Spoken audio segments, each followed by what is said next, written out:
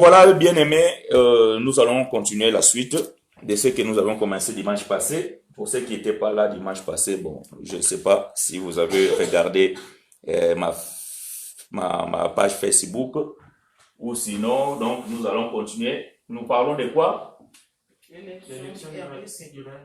Voilà, les élections du RDC. Ok. Voilà. Donc, tout simplement, c'est pas de la politique parce que, vous savez, que Dieu soit glorifié. On m'a appelé même à partir de l'Angola. On m'a dit, mais tu nous as mis dans une panique là, qui est incroyable. On a dit, mais qu'est-ce que cet homme veut encore faire dans la politique? Mais quand on a suivi la suite, on avait compris que mais c'était quand même bon. J'ai dit, que Dieu soit loué. Vous voyez que nous ne parlons pas de la politique, mais nous parlons des choses de Dieu. Donc, nous allons continuer sur ce thème, élection du RDC. Donc, l'élection du royaume de Christ. Voilà. Bien aimé, donc, avant que je rentre dans la profondeur de ce sujet, donc, je vais revenir un peu en arrière pour ceux qui n'étaient pas là dimanche. Donc, dimanche passé, nous avions dit que tout ce qui se passe sur la terre, ce sont des choses qui ont déjà existé dans l'invisible ou de ce que nous appelons l'éternité. Amen. Donc, il y a des choses qui ont déjà été arrêtées dans l'éternité et que Dieu a fait rentrer dans les temps. Amen. Donc, quand on dit faire rentrer dans les temps, ça veut dire que c'est quelque chose qui vient dans la terre. C'est pour cela que Jésus dira dans le livre de l'Hébreu, je pense qu'au chapitre 10, verset 5, il dit que tu n'as jamais agréé ni offrande ni holocauste, mais tu as formé en moi un corps et tu m'as fait rentrer dans le temps. Donc, en venant sur la terre, donc Jésus il est rentré dans le temps. Parce que vous devez comprendre que lui, il a toujours été. Amen. Parce que frère Jean nous dira que l'agneau a été immolé avant la fondation du monde. Donc si l'agneau a été immolé, ça veut dire qu'il a toujours été. C'est pour ça que vous allez voir que le mouvement que Dieu fait dans le jardin d'Éden, il ramène la peau d'un animal pour couvrir Adam et Ève. Mais on se pose la question, d'où Dieu a tiré la peau de cet animal? Donc nous comprenons que cet animal a été déjà tué quelque part. Mais lorsque Jésus rentre dans le temps, donc c'est là où maintenant nous voyons maintenant que cette image qui était dans le visible rentre maintenant dans le visible. Amen. Est-ce que c'est clair? Donc, s'il y a question, vous m'arrêtez, je dois m'arrêter. Parce que moi, je dis toujours que il ne faut pas que quelqu'un sorte d'ici sans rien comprendre. Amen. Donc, s'il faut même que je courte un peu le message et répéter la chose pour que la personne puisse comprendre, je le ferai. Mais le but, c'est de comprendre. Amen. Alléluia. Parce qu'il y a des choses parfois que nous disons que peut-être vous ne comprenez pas et vous les gardez comme ça, cela ne va pas vous aider. Amen. Amen. Il faut que tu sois un chien pour manger certains aliments. Alléluia. Il y a des gens parfois quand on dit comme ça, oui, tout ça bamboua. Amen. Parce que le pain qui tombe sous la table est destiné au petit chien. Amen. Or, le petit chien, lorsqu'il mange ses pains, il monte sur la table. Ça, c'est un langage codé. Amen. Donc, nous voulons dire que, dimanche passé, nous avions dit que Dieu, c'est le premier à élire. Amen. Donc, le terme élection, ça ne commence pas avec les hommes. On est d'accord? Ça ne commence pas avec les hommes. Parce que Dieu nous a montré qu'il nous a élus avant même que le monde soit monde. Vous comprenez? Donc avant que le monde soit monde, Dieu nous avait déjà élus. Seulement l'élection de Dieu, cette élection, elle est différente à celle des hommes. Parce que les hommes, pour se faire élire, parfois ils doivent corrompre. Amen. Donc parfois, moi j'ai vu une publicité de campagne congolaise, il y avait un qui était l'un des candidats, il jetait des 500 francs, des billets, tout ça, là les gens ramassaient tout ça. Donc il fait des propagandes, il essaye de vous acheter, il essaye de vous corrompre. Il y en a même qui proposent peut-être des postes. Moi, je vais te donner un poste comme ça parce que toi, tu es un grand pasteur, tu as 1000 membres, tu influences les dirigeants de ton église de voter pour moi et moi, je vais te donner un poste. Donc, cela donc fait de sorte que les gens sont corrompus. Mais l'élection de Dieu, la Bible nous dit que cela dépend que de lui-même. Amen. Et Dieu n'a pas besoin que l'homme fasse quelque chose pour que Dieu puisse le lire. C'est pour ça que nous avons vu dans le livre de Romains chapitre 9, à partir des versets 6 jusqu'à 16, la Bible nous parle de deux hommes, ou du moins de deux enfants. La Bible dit que ça, comment dirais-je, Rebecca, la femme d'Isaac, il portait deux enfants dans son ventre. Mais voilà que frère Paul, il nous donne une révélation. Il dit que avant même que ces deux enfants soient formés dans le ventre de leur maman, Dieu avait déjà choisi Jacob et il a rejeté Ésaü. Vous voyez? Et la Bible nous dit que Dieu a aimé Jacob, il a eu. Donc, haïr, verbe haïr, il a Ésaü. Oh. Mais comment les enfants ne sont pas encore nés? Ils ne sont pas encore sortis. Ils ne sont pas encore venus dans le monde. Dieu a déjà haï un et il a aussi aimé l'autre.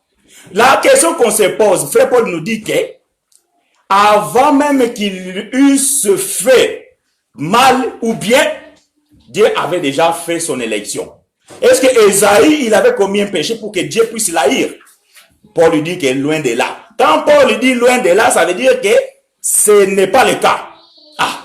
Donc nous comprenons que Dieu, il avait déjà élu. Et Dieu, il était déjà, je bénis le Seigneur parce qu'il y a un frère qui fait les commentaires, que Dieu le bénisse, il me dit que Dieu n'a jamais été corrompu. Amen. Parce que Dieu, il est Dieu. Et il ne demande conseil à personne. Amen. Donc, il y a beaucoup de gens, bien aimés, vous devez comprendre qu'il y a des églises qui ne croient pas à la prédestination. Amen. Amen. Il y a des gens qui ne croient pas à la prédestination. Et ils disent que non, il faut que tu marches d'abord sur la terre, il faut que tu sois correct, il faut que tu fasses de bonnes œuvres, après tu vas devenir enfant de Dieu. Si cela est le cas, nous disons que c'est tout simplement terrestre et diabolique. Amen. Mais nous comprenons que Dieu nous a élus avant la fondation du monde.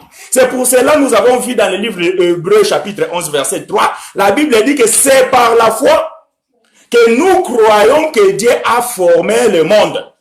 Afin que ce qui est visible a d'abord existé dans l'invisible. Amen. Amen. Donc tout ce que nous voyons sur la terre, avant que cela soit physique, cela a d'abord existé dans l'invisible. Alléluia. Amen. De même aussi, nous aussi, avant que nous venions sur la terre, nous étions d'abord quelque part. Oh, où est-ce que nous étions? Amen. Amen. Donc, cela fait que nous devons comprendre, avant que tu viennes, tu étais quelque part. Alléluia. Amen. Lisons la parole de Dieu, nous allons continuer. Nous étions dans le livre d'Éphésiens, au chapitre 1. Éphésiens chapitre 1. Mardoché, si tu peux nous répéter cette lecture-là. Nous étions dans le livre d'Éphésiens, chapitre 1, verset 3 à 7. À haute voix, s'il te plaît, mon frère. Amen. Béni soit Dieu, le Père de notre Seigneur Jésus-Christ, qui nous a bénis de toutes sortes de bénédictions spirituelles dans le lieu céleste. Alléluia. En lui, Dieu nous a unis avant la fondation du monde. Ah! Stop! En lui. En lui qui? Dieu. En lui, il nous a élus avant la fondation du monde. Ah, bien aimé. La Bible est claire. Donc, avant que le monde soit monde, Dieu a déjà élu certaines personnes. Pourquoi je dis certaines? Parce que quand on est élu, il y a deux personnes ou plusieurs. Amen. On ne vote pas avec un seul candidat. Donc, si Dieu nous a élus, ça veut dire que nous étions quelque part nombreux. Mais Dieu, il a choisi juste une catégorie de gens. Donc, ça veut dire qu'il y a des gens que Dieu n'a pas élus. Vous êtes d'accord? Si Dieu nous a élus, pour élire, parce que le mot élire, ça veut dire choix, choisir. Donc, si je dois choisir, donc il faut que je puisse avoir deux propositions, deux choses pour choisir. Donc, si Dieu nous a élus avant la fondation du monde, il y a aussi ce que Dieu n'a pas élu. Alléluia. Nous disons bien aimé, pour bien prêcher cet évangile de la grâce, il faut comprendre d'abord l'ombre. Alléluia. Il faut comprendre d'abord l'ombre. Parce que ce que nous sommes en train de dire là, frère Paul, il a copié quelque part. Amen. Ce que Paul a écrit ici, il a copié quelque part. Paul, quand vous lisez Paul, vous allez comprendre que Paul, il copie toujours sur un homme. Et cet homme, il s'appelle Moïse. Amen.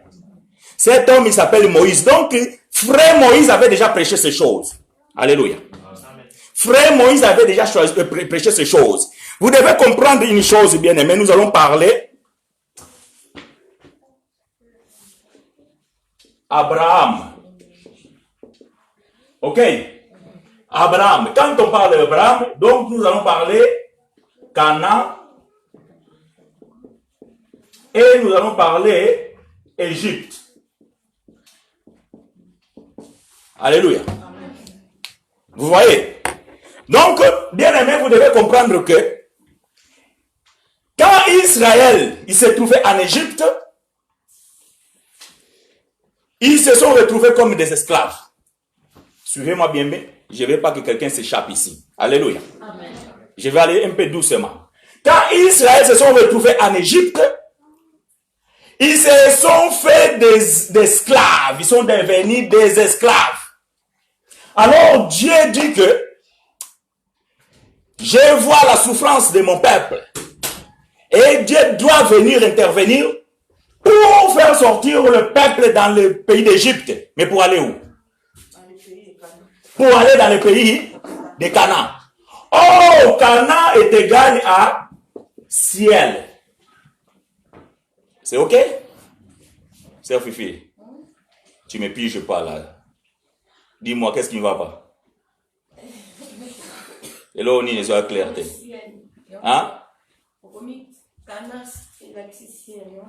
Ah, d'accord. Donc, quand on dit Canaan est égal à ciel, parce que vous devez comprendre que quand on parle de l'ombre, l'ombre c'est une image. La réalité de l'ombre, c'est ce que nous vivons aujourd'hui. Parce que bien aimé Paul dit dans le livre de Colossiens chapitre 2 verset 17, il dit que l'Ancien Testament, bien la Sainte Alliance, c'est l'ombre des choses à venir, le corps est en Christ. Donc, quand on voit Canaan ici dans la Bible, Canaan c'est le modèle du ciel. Et l'Égypte est égale à la terre. Amen. Vous allez voir que quand dans la Bible, il y a deux verbes. Quand on parle descendre, on descend en Égypte. Et quand on parle monter, on monte au Canaan. Donc le Canaan c'est en haut, Égypte c'est en bas. Donc Canaan c'est le ciel et l'Égypte c'est la terre. Mais bien aimé, Israël en Égypte, vous allez comprendre que quand les gens prêchent, ils disent que Bana Israël ba kota en Égypte, nzamba yeko bimisa bango po bakende Canaan. Non, c'est faux. Nzamba yeko bimisa bana en Israël en Égypte te po bakende Canaan. Nzamba yeko bimisa bana en Israël en Égypte po bazonga Canaan. Alléluia. Saisissez-moi bien. Donc Dieu en sortant Israël en Égypte, c'était pas pour qu'ils aillent à Canaan, mais c'est pour qu'ils retournent à Canaan. Alléluia. Parce que c'est lui qui doit rentrer dans le Canaan, c'est celui qui est venu du Canaan. C'est clair? Pas trop clair. Amen? Est-ce que c'est clair? Pas trop clair. Nalobi boy. Nalobi boy. Mutu oyo akoki kozonga na Canaan, ça veut dire kauta Canaan. Donc de même que mutu oyo akozonga la lola, auta na lola. Est-ce que vous voyez? On est en train de parler de la prédestination. Ça veut dire que Dieu nous a élus. Mais tant mon zamba pona kibiso, apona kiso wapi. Quand on parle avant la fondation du monde, nous étions quelque part. Pour que Dieu puisse nous élire, pour que Dieu puisse nous choisir, ça veut dire que nous étions quelque part. Mais c'est quelque part, c'est où? Ah, c'est là la Bible nous montre que c'est dans l'éternité. Donc, c'est dans le ciel. Donc, de même, Dieu nous a choisis et il nous a envoyés en Égypte. Parce que l'Égypte, c'est quoi? C'est la terre. C'est clair? Donc, Dieu nous a envoyés en Égypte. Quand on arrive en Égypte, et l'Égypte nous fait devenir esclaves. Alléluia.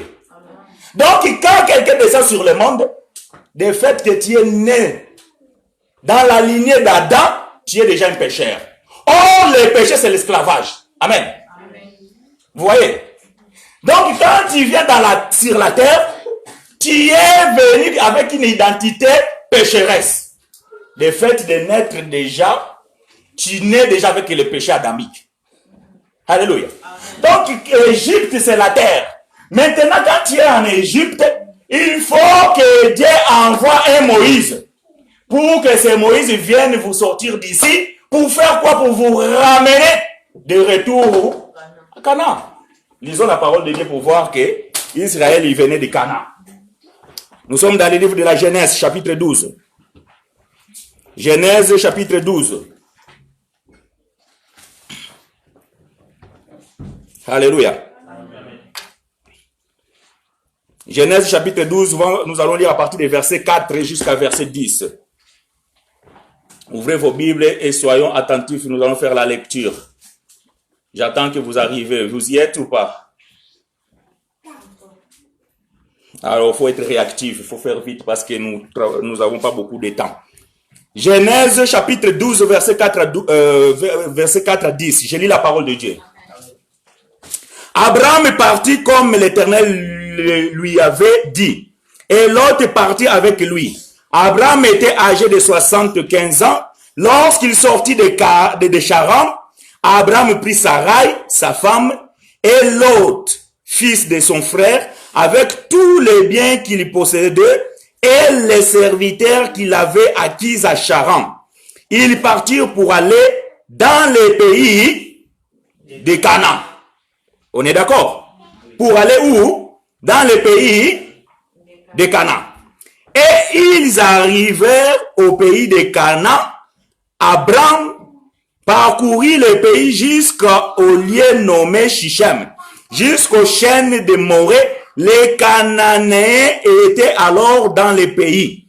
L'Éternel apparut à Abraham et dit, je donnerai ce pays à ta postérité. Voici la promesse. Amen. Donc, je donnerai ce pays à ta postérité. Quel est ce pays? Canaan. Ok, d'accord, vous me suivez, c'est très bien. Je donnerai ce pays à ta postérité. Et Abraham bâtit là un autel à l'Éternel qui lui était apparu. Il se transporta de là vers la montagne à l'orient de Bethel. Et il dressa ses tentes ayant Bethel à l'occident et Haï à l'orient. Il bâtit encore là un autel à l'Éternel. Et il invoqua le nom de l'Éternel. Abraham continua ses marches en avançant vers le midi. Il y a eu une famine dans le pays d'Abraham. Il a eu une famine dans le pays. Et Abraham descendit en Égypte. Vous devez respecter bien le verbe. Et Abraham fait quoi? Descendit. Ah, quand on descend, ça dit on vient d'où? D'en haut. On est d'accord? Donc Abraham, il était à Canaan. Lorsque la famine est venue, il n'y avait plus à manger. Abraham descend. Alléluia. Abraham descend vers l'Égypte. Vous voyez, pour y séjourner, car la famine était grande dans le pays. Ah, amen. Donc, nous comprenons que Canaan, c'était déjà une terre donnée à qui? À Abraham. Oh, bien, mais vous devez comprendre que dans Abraham, il y avait un peuple.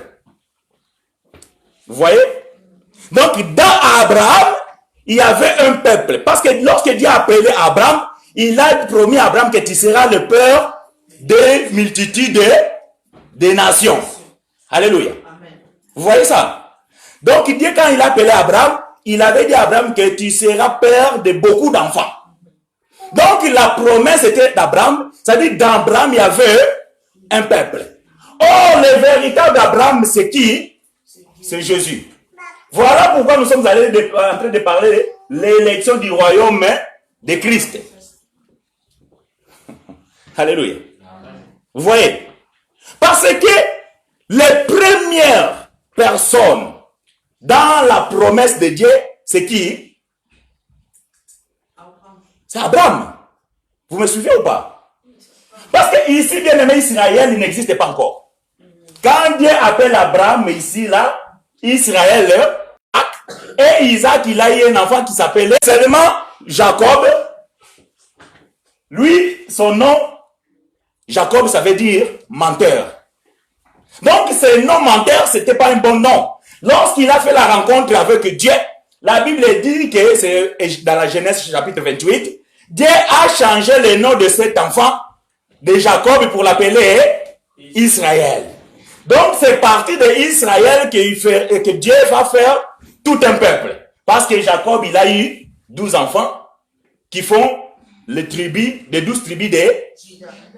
Non, d'Israël. Parce que Judas, c'est un enfant parmi les 12. Ah, vous lisez mal votre Bible. Donc, Israël, qui est Jacob, il sort de qui? De Abraham. Donc, ça veut dire que tous les peuples d'Israël, c'est les descendants de qui? D'Abraham. Oh, celui que Dieu a choisi, il s'appelle qui? Abraham. Donc, de même, nous disons que le véritable Abraham ici, c'est qui? C'est Christ. Romains chapitre 8, Mardoché va vite. Vous allez voir quelque chose. Romains chapitre 8. Romains chapitre 8. Je ne sais pas c'est quel verset, à partir des versets 26 ou 28. T'as trouvé Mardoché? Romains chapitre 8, verset 28, il nous dit quoi? Nous savons du reste que toutes ces choses concourent au bien de ceux qui aiment Dieu, de ceux qui sont appelés selon son dessein. 29. Car ceux qu'il a connus d'avance, il les a aussi prédestinés à être semblables à l'image de son Fils, afin que son Fils fût le premier-né entre plusieurs frères. Ah! C'est qu'il a connu d'avance. Alléluia, j'aime la parole de Dieu. C'est qu'il a connu d'avance. Quand on parle d'avance, ça veut dire quoi? Il a connu quelque part. C'est Romains chapitre 8, verset 29. C'est qu'il a connu d'avance. Il les a appelés à devenir semblables à son Fils, qui est le premier-né parmi plusieurs frères. Ah, donc nous comprenons que tous les frères d'Israël, ils sont semblables à Abraham. Amen. Donc de même, nous aussi, nous sommes semblables à son Fils, le premier-né parmi plusieurs frères. C'est pour cela que Jésus dira que je n'ai pas honte de les appeler mes frères. Alléluia. Parce que lui-même, c'est le premier, et Dieu nous a choisis en lui. Amen. Amen. Donc Dieu, quand il a choisi Israël, il a choisi Israël en Abraham. C'est pour ça que je dis que quand frère Paul parle de ces choses, il a copié ici. Alléluia. Donc quand Dieu nous a choisis en Christ, pour que Christ il est le premier-né, et nous sommes ses frères. Donc il a choisi Abraham comme le père. Et en lui, il a fait tout un peuple. Alléluia. So,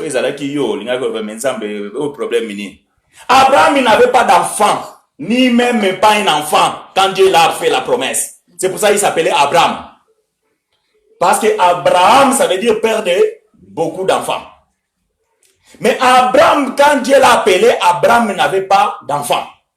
Mais il a cru à la promesse. Alléluia. Parfois que tu es là, tu as un problème, tu as un souci.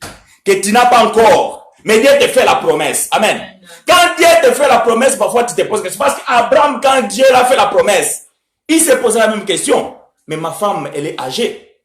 Elle est stérile. Abo takate. N'a pas d'accommi des gens paka. Maka ses âges sous-soutés. Mais Dieu est en train de promettre à un vieux qu'il sera le père d'une grande nation. Alléluia. Amen. je vais te dire que Dieu te promet une bénédiction. Ne te pose pas la question comment. Alléluia. Parce qu'il est le Dieu d'impossible. Amen. À l'âge qu'Abraham avait 75 ans, bien aimé, vous croyez que l'homme ne pouvait plus peut-être avoir la force. Et sa femme non plus. Mais vous allez voir, même lorsque Dieu fait la promesse, il fallait entendre encore 25 ans. Ça veut dire que Abraham fit son premier enfant à 100 ans. Alléluia. Et Sarah, elle avait 90 ans. L'âge de ménopause, c'est à quel âge? 45 ans. Ça dépend. Aujourd'hui, avec la science, même à 50, on peut y aller. Mais Abraham n'avait pas besoin de science. Alléluia. Vous voyez qu'Abraham, lui, à 90 ans, Sarah, il n'avait pas besoin de la science. Parce que les véritables scientifiques, il s'appelle Yoshua Mashiach. Alléluia. Donc, Dieu, dans sa souveraineté, il promet un peuple. Donc, la promesse était Abraham. Maintenant, vous allez comprendre que dans la Bible, quand on parle par aller en Égypte, on utilise le verbe descendre. Je vais vous donner un témoin parce que la Bible dit la vérité, elle est acceptable lorsque nous avons deux ou plusieurs témoins. Allons voir Genèse 50. Genèse 50, 24, 25. Mardoché va vite. Nous parlons le verbe de descendre. Vous allez voir que quand on va en Égypte, on descend toujours. Et pour aller à Canaan, on doit monter. C'est pour ça que nous disons que Canaan est égal au ciel et Égypte est égal à la terre. Tu y es ou pas? Allons-y, vite, vite, vite, à haute voix. 24, 25. La parole de Dieu. Amen. Joseph dit à ses frères, je vais mourir, mais Dieu vous visitera et il vous fera remonter de ce pays-ci dans le pays qu'il a juré de donner à Abraham, à Isaac et à Jacob. Joseph fit jurer ses fils d'Israël en disant, Dieu vous visitera et vous fera remonter les eaux loin d'ici. Ah. Alléluia. Amen. Dieu vous visitera et vous ferez remonter mes eaux loin d'ici. Donc, remonter pour aller où? À Canaan. Donc, on parle bien de monter. Ok. Je vous donne le deuxième témoin. Exode chapitre 3, verset 7 à 8. Je lis. Il est marqué là, vous pouvez trouver. Exode chapitre 3, verset 7 à 8. Je lis vite fait pour gagner le temps. L'Éternel dit, j'ai vu la souffrance de mon peuple qui est en Égypte. Et j'ai entendu les cris que lui font pousser ses oppresseurs. Car je connais ses douleurs. Je suis descendu pour les délivrer de la main des Égyptiens et pour les faire monter de ce pays dans le bon et vaste pays. Vous voyez? Donc Dieu descend. Et pour faire quoi? Pour faire remonter son peuple. Dans un pays où coule le lait et le miel, dans le lieu qu'habitent les Cananéens. Ah, les Héitiens, les Amoréens, les Phérésiens, les Éviens et les Jébuséens. Vous voyez? Donc, quand Dieu dit nous descendons, donc il prend Moïse, il descend avec Moïse où? En Égypte. Mais il dit quoi? Pour faire remonter mon peuple. Alléluia. Donc quand on va en Égypte, on descend. Donc ça dit que l'Égypte est égale à la terre. Donc Dieu avait choisi un peuple dans l'éternité que par rapport au temps, Dieu a introduit vers la terre. Amen. Amen. Mais ce peuple, il n'est pas choisi ici. Bien aimé, nous ne sommes pas devenus chrétiens ici sur la terre. Amen. Amen.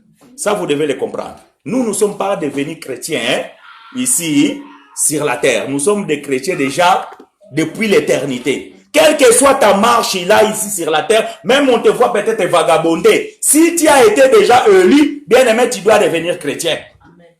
Parce que tu as déjà été chrétien. Amen. Donc nous ne sommes pas devenus les enfants de Dieu sur la terre. Maintenant, nous allons voir que le verbe est monter. Alléluia. non, le verbe monter, c'est ce qu'on vient de voir. Donc, on avait vu le verbe descendre. Donc, à chaque fois que la Bible nous dit descendre, nous descendons vers l'Égypte. Donc, bien aimé, nous devons comprendre que l'élection de Dieu, elle est irréversible. Amen. Amen. Amen. Est-ce que c'est clair? Amen. Vous comprenez même les mots que je dis ou pas? Parce qu'il faut m'arrêter. Vous savez qu'est-ce que ça veut dire irréversible?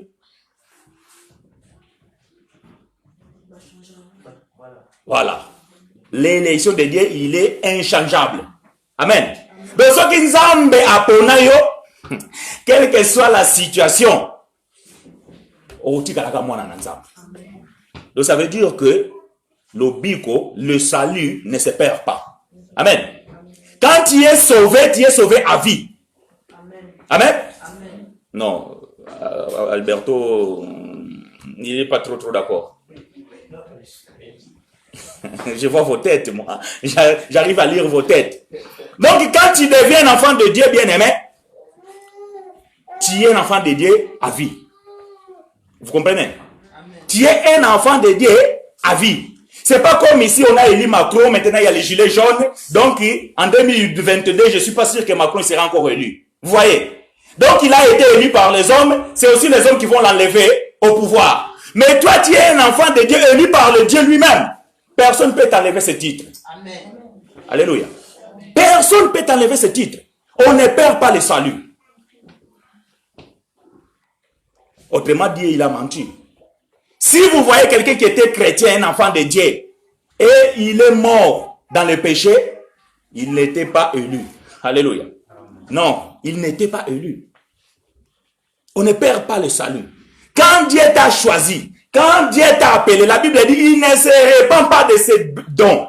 Amen. Quand Dieu t'a choisi, t'a donné les dons, Dieu ne se répand plus. Vous voyez, c'est pour cela même Dieu, quand il a choisi, quand il a formé Satan, il avait donné Satan le pouvoir. Et Satan, il était le plus puissant de tous les anges.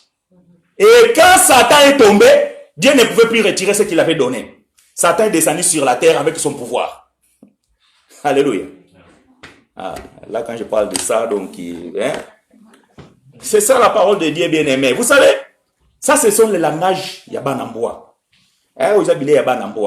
J'ai parlé avec un frère qui m'a appelé, il a suivi mes vidéos, il dit, mais tu es frère. Parce que tu as un langage comme nous. Que Dieu le bénisse. Il dit que, il était à Toulouse, maintenant il est à Lyon. Il dit que, à Toulouse, moi je pensais qu'il y avait que notre pasteur dans notre église. Donc nous disions à Toulouse qu'il n'y a personne qui a cette doctrine-là. Mais il m'a dit, quand j'étais suivi, il m'a dit, mais on a le même langage. Il m'a dit que j'ai compris que quand Élie se plaignait que Seigneur, je suis resté seul, Dieu l'a dit que non. Il y a 700 autres qui ne se sont pas agenouillés devant Baal, que moi j'ai réservé. Amen. Donc Dieu garde toujours. Donc ce frère, il était vraiment béni parce qu'il dit que c'est le langage. Il y a un terme qui disait, il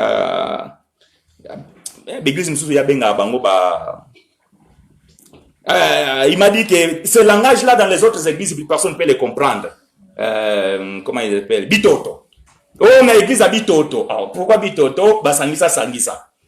Donc quand l'église, il mélange les alliances entre la sienne et les nouvelles, on ne sait même pas pour quelle alliance il marche. Donc, et lui, ils appellent Bitoto. Ça veut dire que, bien aimé, vous devez comprendre que ce langage, parfois, les gens ne peuvent pas le comprendre.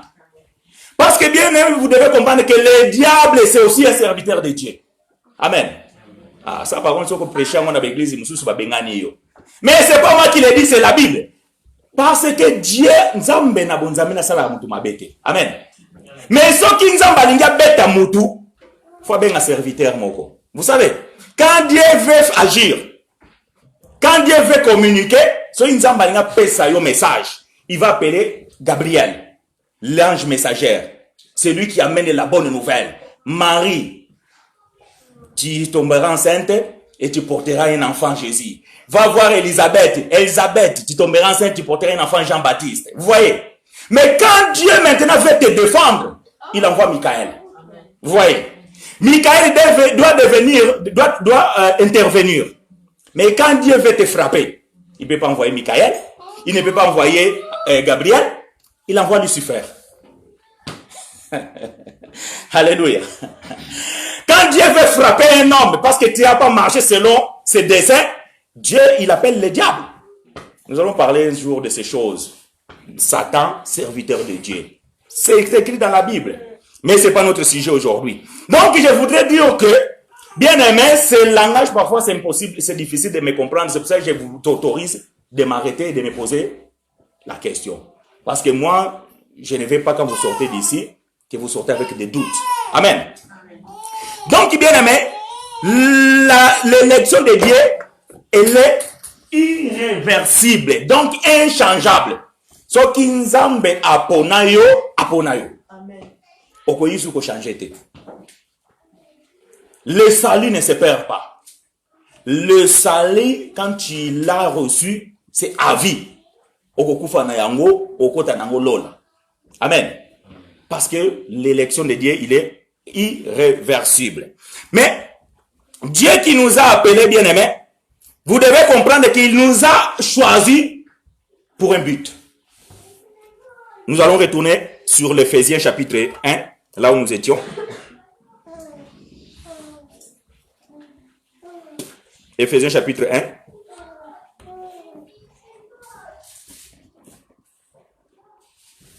Alléluia. Éphésiens chapitre 1, verset 4. Vous y êtes?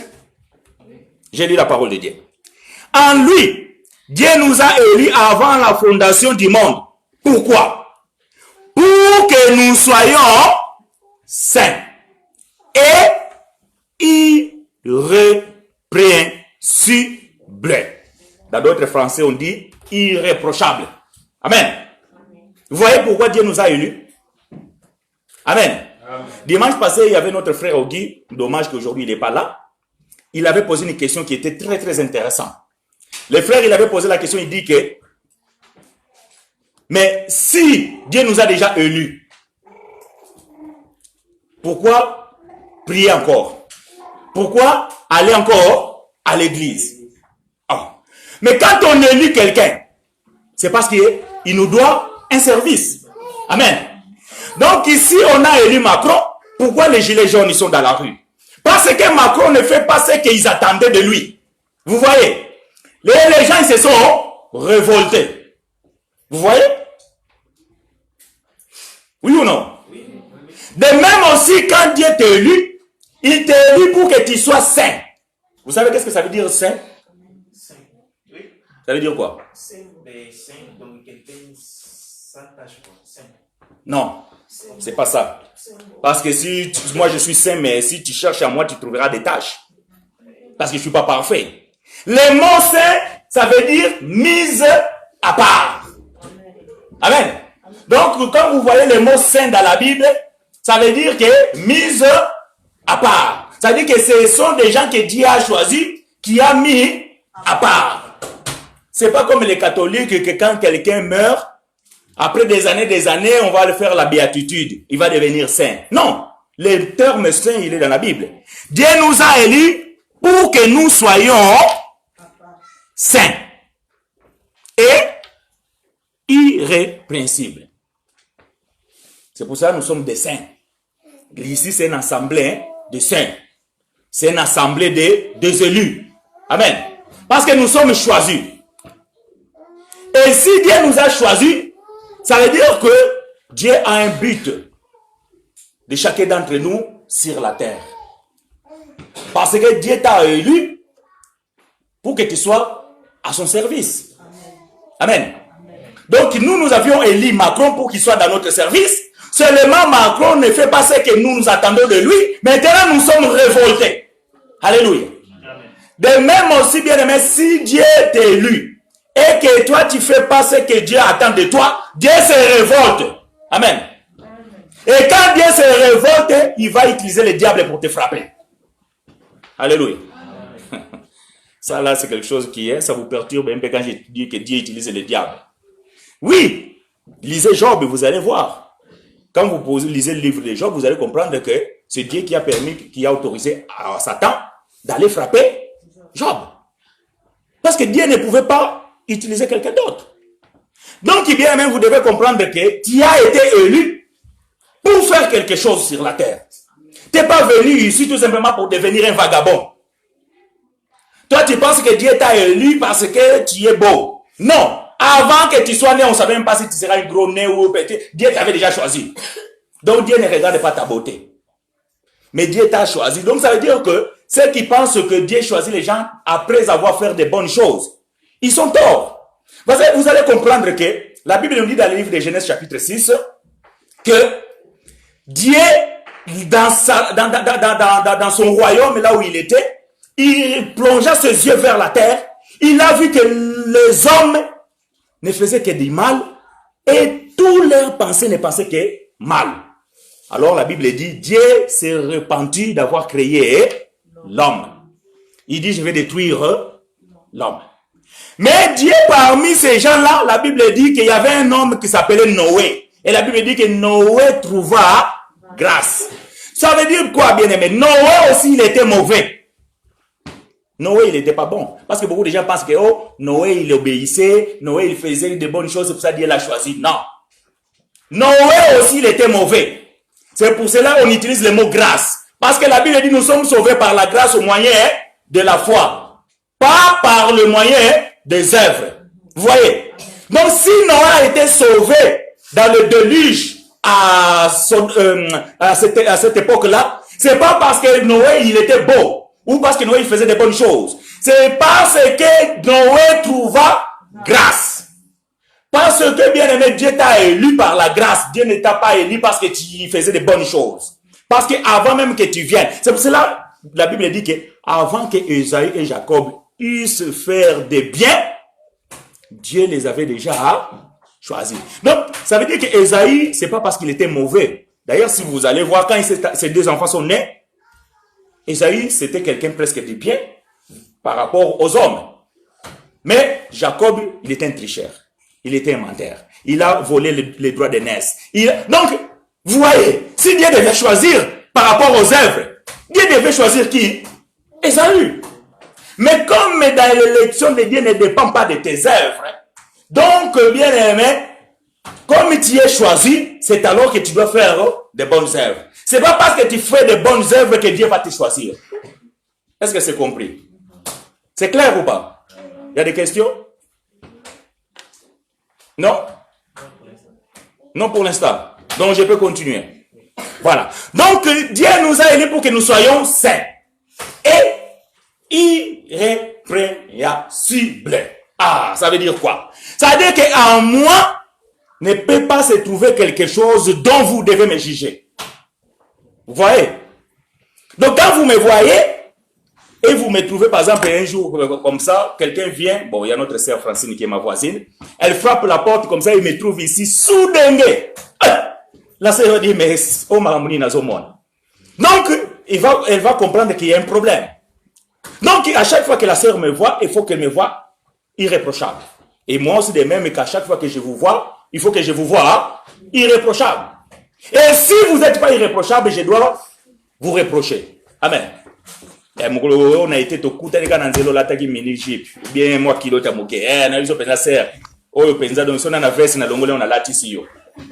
je dois te juger parce que tu dois être irréprochable.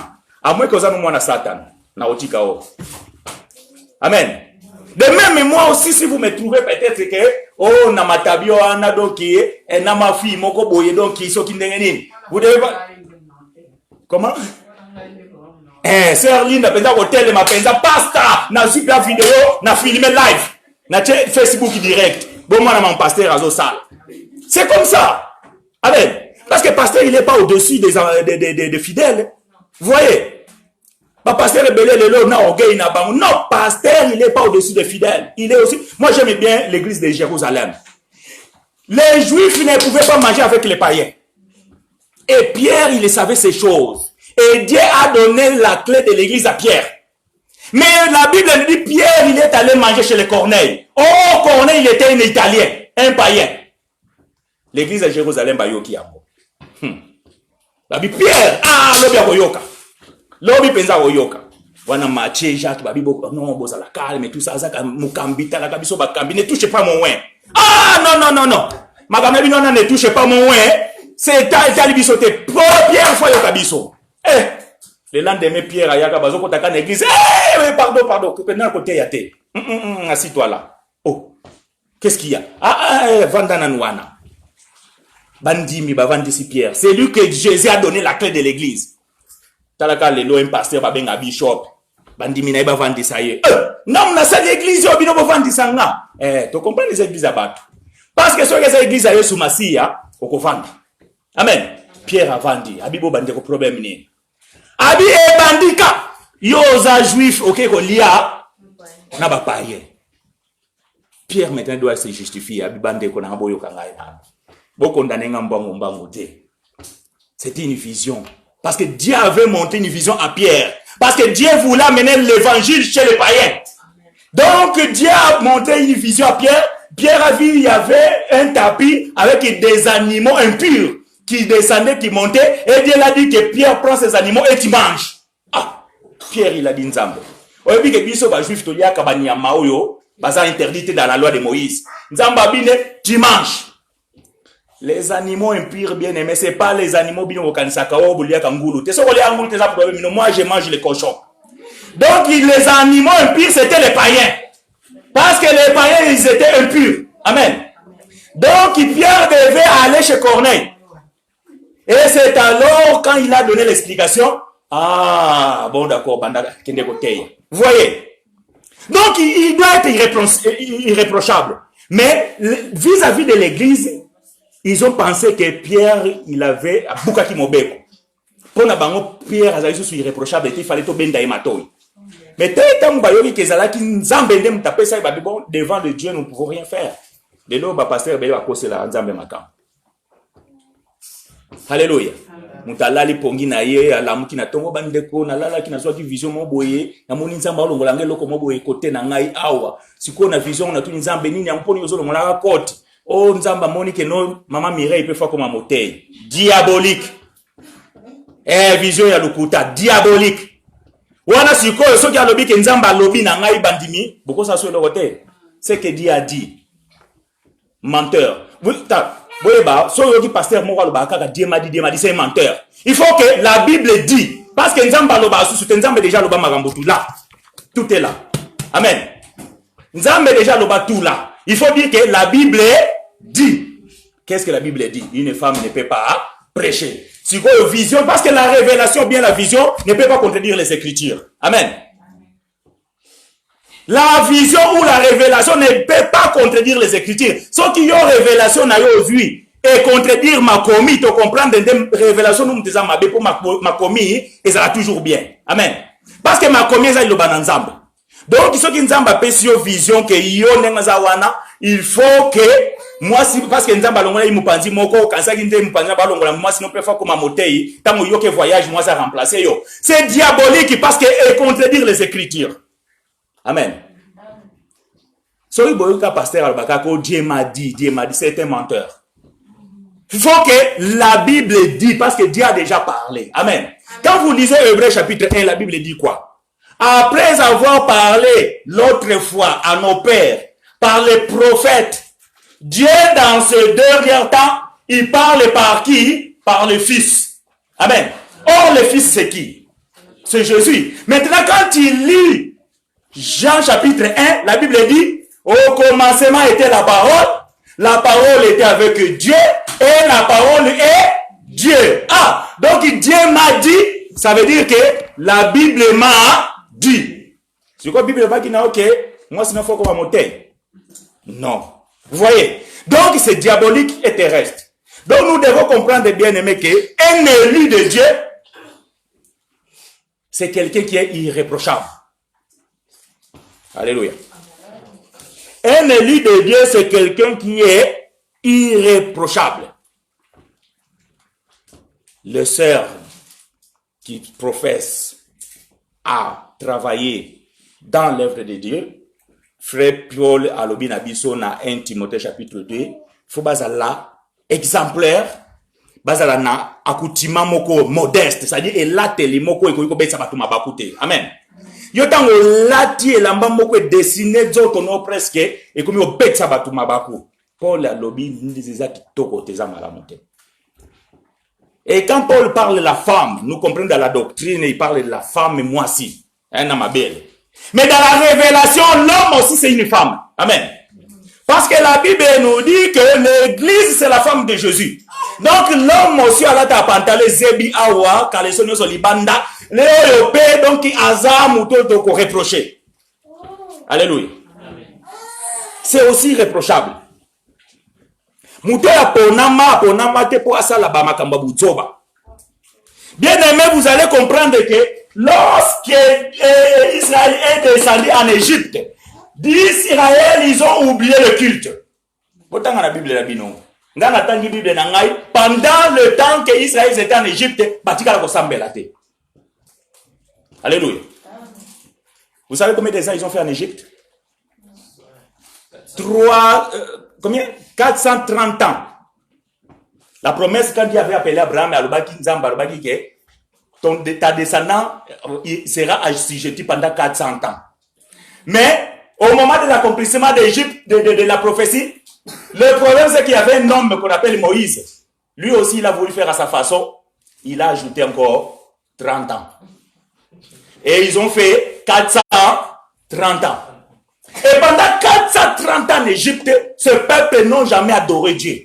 C'est pour cela que quand Dieu dit à Moïse d'aller, quelle était la raison? Laissez mon peuple sortir pour aller m'adorer. Vous voyez, ça c'était la raison dont Dieu a voulu que Israël sorte de l'Égypte. De même aussi bien aimé, il y a beaucoup de gens qui sont sortis du ciel, ils sont rentrés dans la terre. Et à Bossana, adoration. Mais maintenant, Dieu envoie son fils. Il t'a racheté. Il t'a sorti de la boue. Il t'a maintenant fait devenir un enfant de Dieu. Pourquoi? Pour que tu commences maintenant à adorer. Amen.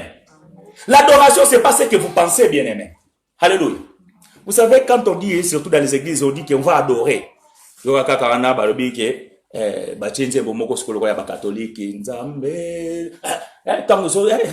C'est ça l'adoration. So on va louer Dieu, on a seben tout ça, on a à gauche, vous, et à droite, vous, je sais pas. Automatisation niveau, bon matin niveau yani. Vanda na yo, vanda. Ah! Oh, ça c'est grand louange. Et quand c'est autre quoi adorer, on a dit que Moli mon santo. Non, c'est pas ça l'adoration. Vous allez comprendre quand Dieu dit Abraham que va adorer. Abraham a vu Isaac. Bakende quoi adorer. Adorer c'est quoi? Isaac otumba mbeka. Amen. La vraie adoration, c'est le sacrifice. Amen. Kotumba mbeka, ça veut dire que donner le sacrifice. Romains chapitre 12. Allons-y vite.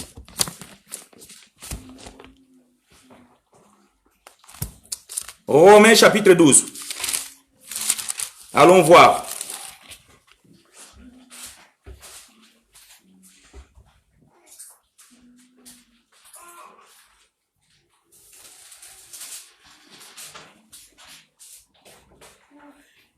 Amen.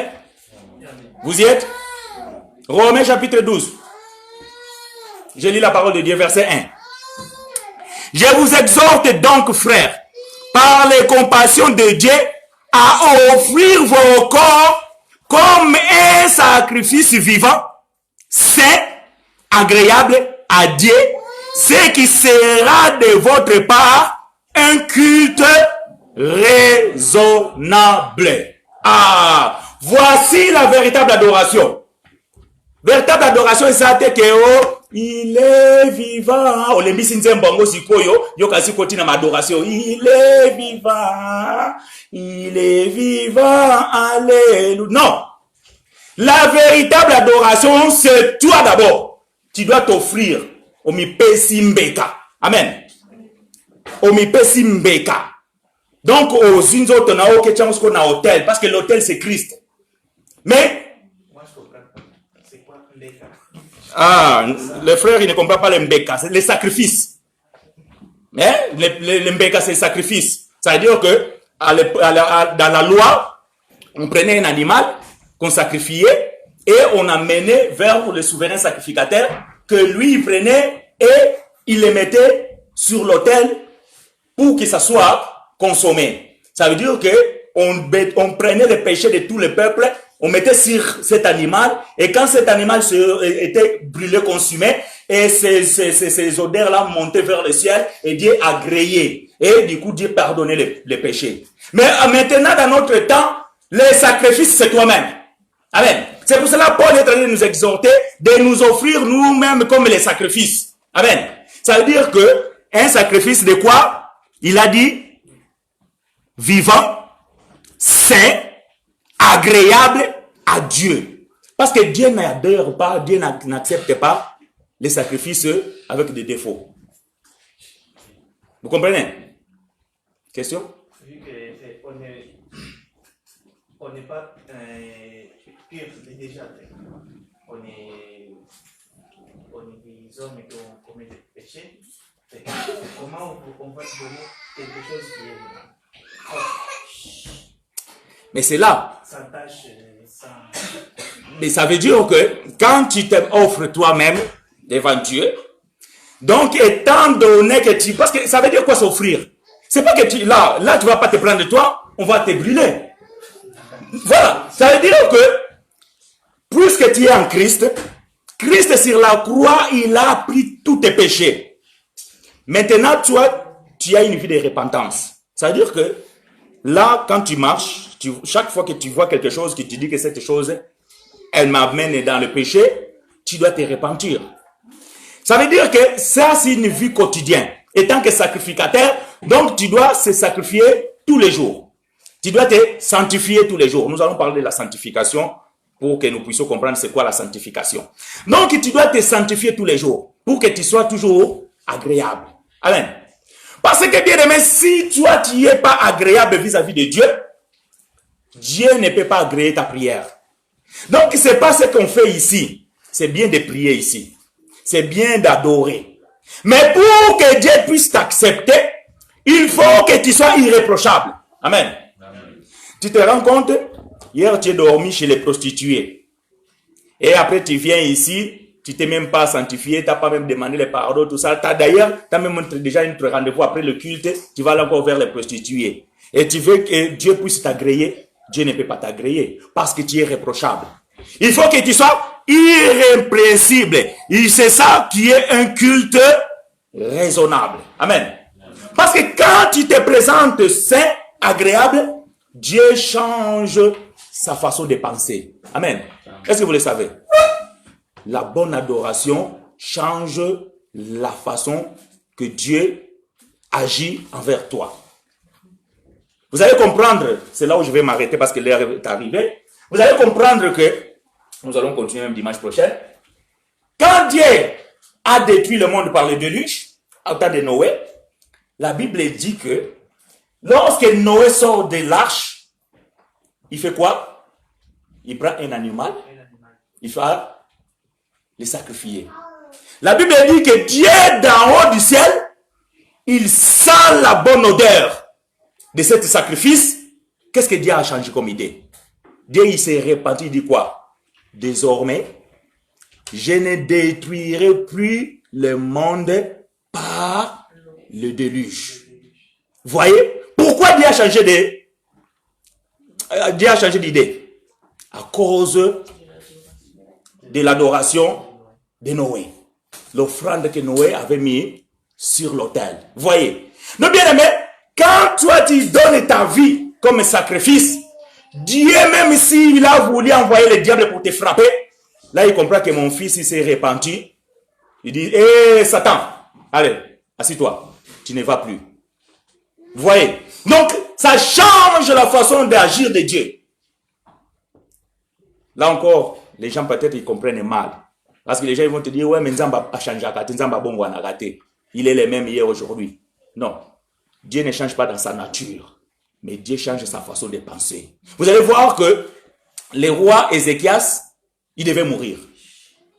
Dieu envoie son prophète Esaïe, il va dire au roi Ézéchias que ce soir qu'il prépare sa maison, ses enfants, parce que il va mourir. Et Esaïe va vers le palais. Il dit au roi Ézéchias que Dieu m'a dit que tu mets ta maison en ordre parce que ce soir, tu meurs. Le roi, il était triste. La Bible dit, Ésaïe, le prophète, sort et le roi rentre chez lui. Il va adorer. Il se prosterne. Il se met par terre. Il dit, Seigneur, souviens-toi de moi. La Bible dit que avant que le prophète sorte du parvis du palais, Dieu lui parle. Dit, retourne voir Ézéchias. Dit que je l'ai ajouté encore 15 ans de plus. Vous voyez, pourquoi Dieu a changé d'avis? À cause de l'adoration du roi. C'est clair? Donc, une bonne adoration, c'est pas chanter doucement comme les catholiques et tout ça, non. Une bonne adoration, c'est d'abord toi, ta vie. Tu dois donner ta vie comme un sacrifice vivant, sain et agréable. C'est ça, le culte raisonnable. Vous voyez? C'est ça qui est un culte raisonnable. C'est clair? Il y a des questions?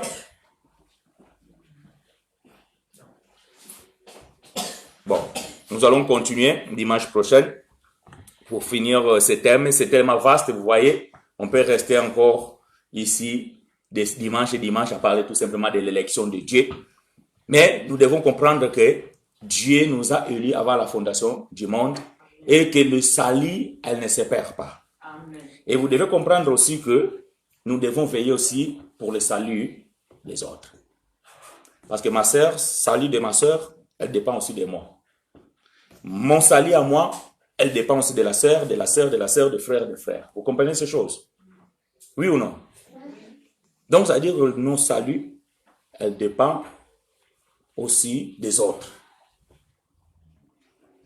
C'est-à-dire que quand tu es un modèle, cela me fortifie. Ah, si le frère est capable de faire ça, moi aussi, je suis capable. Si le frère, il fait les jeûnes et prières, moi aussi, je le fais. Si le frère, il est généreux, donc quand il a des biens, il offre, il donne aussi aux autres, moi aussi, je peux le faire. Donc, ça veut dire que vous conditionnez aussi le salut des autres. Vous voyez? Ces gens-là qui disent que le salut est individuel, c'est faux. Le salut n'est jamais individuel. Bon, du moins, moi, je ne l'ai pas encore vu dans ma Bible. Si quelqu'un m'apporte cette parole, que le salut est individuel, je vais m'incliner devant les Écritures. Parce que nous sommes faibles devant les Écritures. On ne se répand même, parce qu'il y a beaucoup de pasteurs, ils n'arrivent pas à se repentir.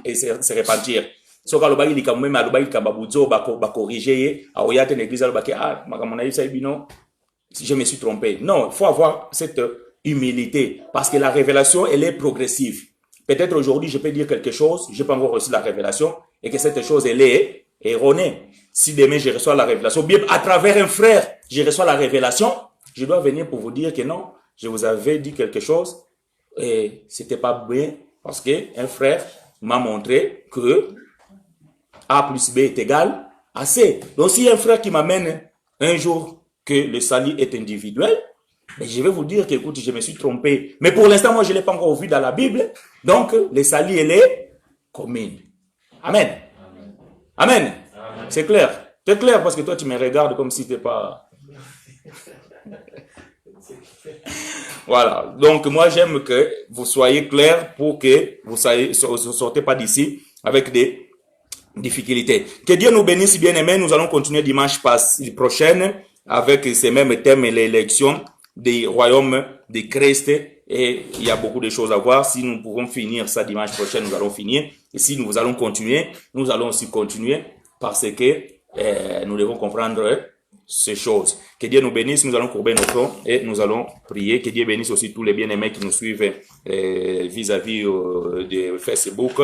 Donc, soyez connectés. Si vous avez aussi des questions, vous pouvez poser des questions sur les commentaires. Et par la grâce que Dieu nous a faite, nous allons pouvoir vraiment vous répondre. Que Dieu vous bénisse.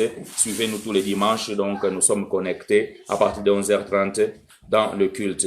Que Dieu nous bénisse. Amen.